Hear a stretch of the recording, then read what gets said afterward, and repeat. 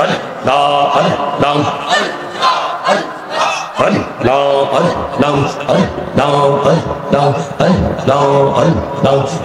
নামেতে এত মধু এই নামেতে এত মধু জানিনি তো আগে দয়াল জানিনি তো আগে যতই জপি নামটি তোমার যতই জপি নামটি তোমার মধুর লাগে রে দয়াল তবু তুমি মধুর লাগে আল্লাহ আল্লাহ আল্লাহ মহব্বতে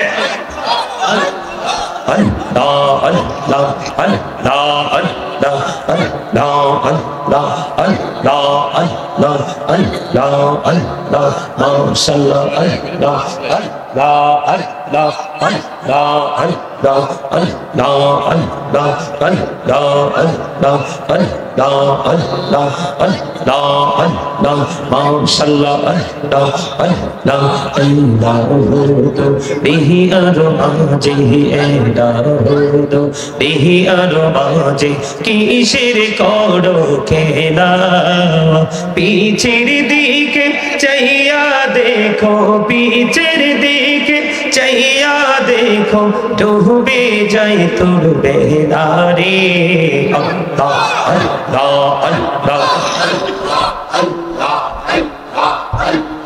Allah Allah Allah Allah Allah Allah Allah Allah bodiya dakiri banda prane bodiya dak hai prane bodiya dakiri banda prane bodiya dak hai re prahan bodiya dakile re banda prane bodiya dakile re banda gohna korbo ma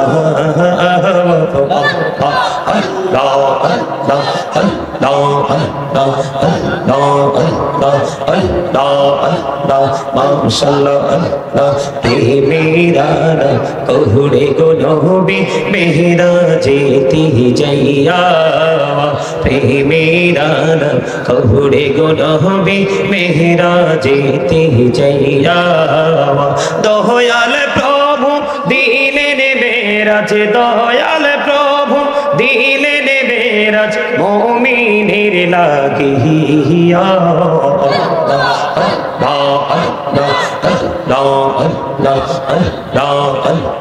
জীবন বুড়িয়া কৌরসির গুনা জীবন বুড়িয়া কৌরসির গুনা ক্ষমা করে দাও রে দয়াল ক্ষমা করে দাও হাইরে গোনা গোলে ক্ষমা করিয়া গোনা গোলে ক্ষমা করিয়া কবুল করে নাও রে দয়াল কবুল করে নাও আল্লাহ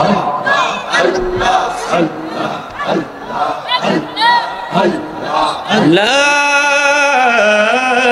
ইলাহা ইল্লাল্লাহ মুহাম্মাদুর রাসূলুল্লাহ সাল্লাল্লাহু আলাইহি ওয়াসাল্লাম। উপস্থিত সম্মানিত উলামায়ে কেরাম, আমন্ত্রিত অতিথিবৃন্দ, দাড়িপাখা আমার মুরব্বী বাবারা, যুবক ভাইয়েরা, পর্দার অন্তরালে রয়েছেন আমার মা বোনেরা, বিশেষ করে আজকে মনোহরপুর মধ্যপাড়া যুব সমাজের উদ্যোগে আজকে ওয়াজ ওয়ার মাহফিলের আয়োজন করা হয়েছে। আমরা যারা আজকে টাকা দিয়ে, পয়সা দিয়ে, অর্থ দিয়ে, বুদ্ধি দিয়ে, শ্রম দিয়ে, সার্বিক সহযোগিতার মাধ্যমে আজকের এই জান্নাতের বাগান সাজিয়েছেন, সকলের প্রতি আমার আন্তরিক সালাম। আসসালামু আলাইকুম ওয়া রাহমাতুল্লাহি ওয়া বারাকাতুহু। সম্মানিত উপস্থিতি, আমরা সবাই জানি এটা মাহফিল। এটা কি? আমরা সবাই জানি এটা মাহফিল। আসলে কিন্তু এটা একটা ক্লাস। এটা কি? আসলে এটা একটা ক্লাস। পৃথিবীর শিক্ষা প্রতিষ্ঠানে গেলে আপনার পৃথিবীর আজকে মুরব্বীরা এখানে বসার জায়গা পাইতেন না ছেলেদের কারণে, কারণ ওরা মূলত শিক্ষার জন্য আসতো না, আর আসতো এখান থেকে মজা নেওয়ার জন্য। কথা বলেন না কেন? এই জন্য বলেছি জবানের হক আদায় করতে হবে। আমার দিকে তাকান, আমি যে বলেছি আমি বানিয়ে কথা বলার অভ্যাস নাই। তোমরা যুবকদেরকে বলছি, তোমাদের যৌবনকালের আমলের পাওয়ার এত বেশি, জিব্রাইল বলছে আমি বৃষ্টির ফোঁটাগুলো গণতে পারি, আর যৌবনকালের আমল গণতে পারি না। সুবহানাল্লাহ বলেন না? যৌবন কাল এত বড় মধুময় এক কাল। তোমাদেরকে আমি আরেকটা মেসেজ দিয়ে রাখি যুবকদেরকে, এই বাগবাড়া মনোহরপুর মধ্যপাড়ার যুবক, আমি তোমাদেরকে আরেকটা মেসেজ দেই। আমি আমার কথাগুলো তোমরা মন দিয়ে শোনো, তোমাদেরকে বেশি শোনানো দরকার, কারণ আমার বাবারা যারা আছে তারা অ্যাক্টিভ, তোমরা অ্যাক্টিভ নও। তোমরা যাদেরকে ফলো করছো তারা কি জানো? আল্লাহ বলতেছে the heretics are the eternal enemy of the believers। আল্লাহ রাব্বুল আলামিন বলতেছে ইন্নাল কাফিরিনা কানু লাকুম আদুওয়াম মুবিনা। আল্লাহ রাব্বুল আলামিন বলতেছে the heretics are the eternal enemy of the believers। ঈমানদারদের প্রকাশ্য শত্রু হলো বেঈমান কাফেরেরা। তোমরা বেঈমান কাফেরদেরকে ফলো করতেছো, লালন করতেছো।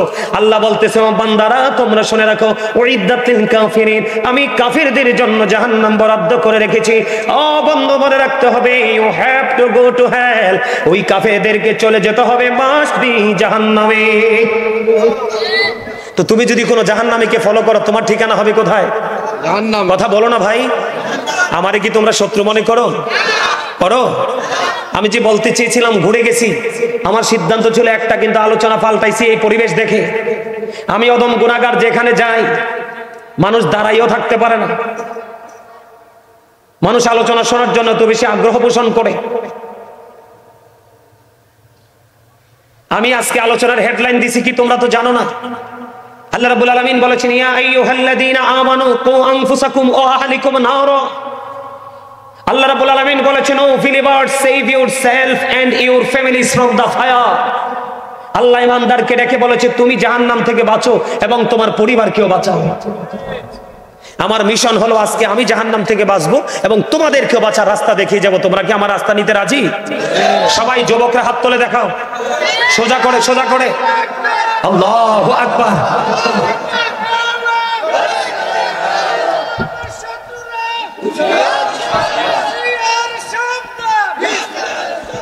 চাচা, ইসলামের শত্রুরা সাবধান আছে, আমরা সাবধান নাই।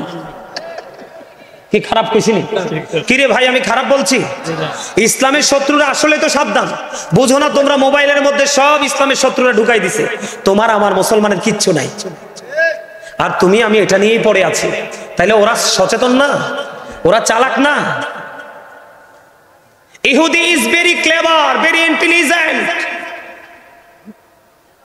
আমরা কি স্টুপিড? আমরা বোকা। খেয়াল করেন আমার কথাগুলো। আমার মিশন কি? আমি বাঁচবো, আপনাদেরকেও বাঁচাবো। হুজুরদেরকে পছন্দ হয় না? হুজুরদেরকে ভালো লাগে না? লাগে? আপনার ভালো লাগলে কি না লাগলে কি? আল্লাহ কইছে পৃথিবীতে যত মানুষ আছে এর মধ্যে আমার কাছে সবচেয়ে আদরের হলো আলেমরা। জোরে কন্যা সুবহানাল্লাহ। আপনারা যদি কেউ আলেমদেরকে ভালো নাও বাসেন, তারপরও তাদের উপরে রহমত কন্টিনিউয়াসলি বর্ষণ হতেই থাকবে। জোরে কোন ঠিক কিনা? আমার দিকে তাকান, আমি কি বলতে চাই। ওই যে বললাম, তুমি যদি জীবনে কোনো হক্কানি আলেমকে ভালোবেসে যেতে পারো, আল্লাহ কথা দিয়েছে তোমার ঠিকানা করে দিবে জান্নাত। আর লাগেনি কিছু। আলেম তো তোমার আমার মাঝে আছে, তুমি বেছে নাও। যেই কোনো আলেমকে ভালোবাসা যাবে না। রাসূল বলেছে কিয়ামতের আগে পৃথিবীতে সবচেয়ে নিকৃষ্ট মানুষ হবে আলেমরা। একজন মেতরের চাইতেও নিকৃষ্ট হবে আলেমরা। একজন মুচির চাইতে নিকৃষ্ট হবে আলেমরা। এই আলেমদের মধ্যে এত বেশি মূর্খতা, এত বেশি জেহালত কাজ করবে, তারা সাধারণ মানুষকে পথভ্রষ্ট করে দিবে। সরল মনা মানুষ বুঝবে না, বক্তব্য শুনবে আর গোমরাহির দিকে ঢুকবে। আল্লাহ কি বলেছে দেখেন, আল্লাহ রাব্বুল আলামিন বলেছেন join with my dear people, come to my paradise. আল্লাহ রাব্বুল আলামিন বলেছেন join with my dear people, তোমরা আমার প্রিয় লোকদের সাথে যুক্ত হও। কাম টু মাই প্যারাডাইস, আমার জান্নাতে চলে আসো। আওয়াজ তুলে বলেন না সুবহানাল্লাহ। আরে আর যারা বলেন সুবহানাল্লাহ। হয় নাই, হয় নাই সুবহানাল্লাহ, মজা হয় নাই। খাবারে লবণ না দিলে খেতে পারবেন? কেন? Thank you very much my dear uncle, absolutely right answer. একদম কনফিডেন্সলি উত্তর দিয়েছে, লবণ না দিলে খাবার মজা হবে না। যুবক ভাইরা তোমরা বলতে পারলা না? তোমরা তো এখন পিজা খাইতে যাও, মজা না লাগলে টাকা দিবা নি, কোনি দিবা দইরা। কেন বললাম? এটাও একটা শিক্ষার জায়গা। বন্ধুরে আমার, খাবারে লবণ না দিলে খাবার মজা হয় না, মজা না হইলে মানুষ খায় না। ঠিক তেমনি ভাবে তুমি যদি আল্লাহ এবং আল্লাহর হাবিবের প্রেমিক হতে না পারো, তাহলে কোনোদিন তোমার কাছে আমল মজা লাগবে না। আর আমল যদি মজা না লাগে রে, কোনোদিন তোমাকে কেউ আমলের দিকে ঢুকাইতে পারবে না। ভাইরে, তোমরা তো জানো না আজকে তোমাদের দাম কত বেশি। তোমরা জানো না, যুবক ভাইদেরকে বলছি, তোমাদের মর্যাদা কত বেশি। তোমরা জান্নাতি মেহমান হয়ে গেছো আজকে। ফেরেশতাদের সিসি ক্যামেরার মধ্যে তোমাদের ফুটেজ উঠে গেছে। আর আল্লাহ আসমানে প্রশংসা করতেছে আমাদেরকে নিয়ে। কেন?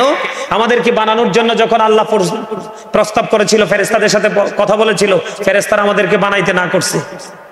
আল্লাহ বলেছিলেন ইন্নী জাইলুন ফিল আরদি খলিফা।